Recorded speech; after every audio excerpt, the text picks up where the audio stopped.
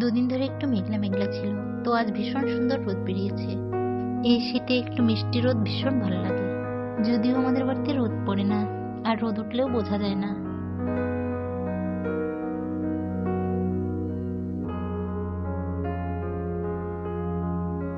আগের সেই দিনগুলোই ভালো ছিল। যত দিন যাচ্ছে ততই যেন খারাপ সময় আসছে। শীতের সকালে উঠোনে রৌদ্রে বসে বই পড়ার মজাটাই আলাদা। এখন সবাই নতুন বই পেতাম আর রৌদ্রে বসে বই পড়তাম, ভীষণ মজা হতো।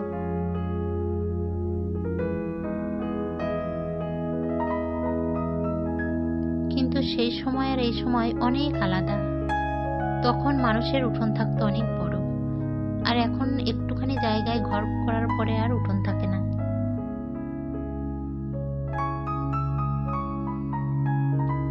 আর আগেকার দিনের মানুষ মিলেমিশে থাকতো, এখনকার মানুষ যেন মিলেমিশে থাকতেই পছন্দ করে না। আমাদের বাড়িতে রোদ না পড়ার কারণে মাটিটা একদম ভিজে রয়েছে, উনুনটাও শুকায়নি এখনো। তাই প্রতিদিনই 3-4টে করে গর্ত করছি এই দূরে। আজ সকাল সকালে শুরু হয়েছে প্রচন্ড ঠান্ডা হাওয়া।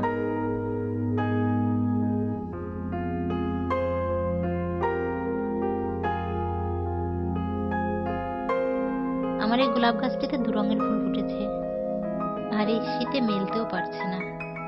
মাঝখান দিয়ে পাতা বেরিয়েছে আবার। গাছপালা লাগাতে আমি ভীষণ ভালোবাসি, কিন্তু এবছর আর ফুল গাছ লাগানো হয়ে ওঠেনি, কারণ বাড়িতে রোদ পড়ে না, গাছগুলো মরে যায়। শুধু এই গোলাপটি কিনেছি এবছর, আর কালে বেগুনের চারা 2টো কিনেছি।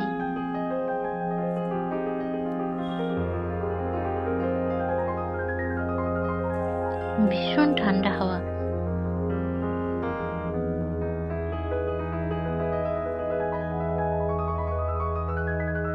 এই সবজিগুলো একজন দিয়েছেন, তাদের ক্ষেতের সবজিগুলো।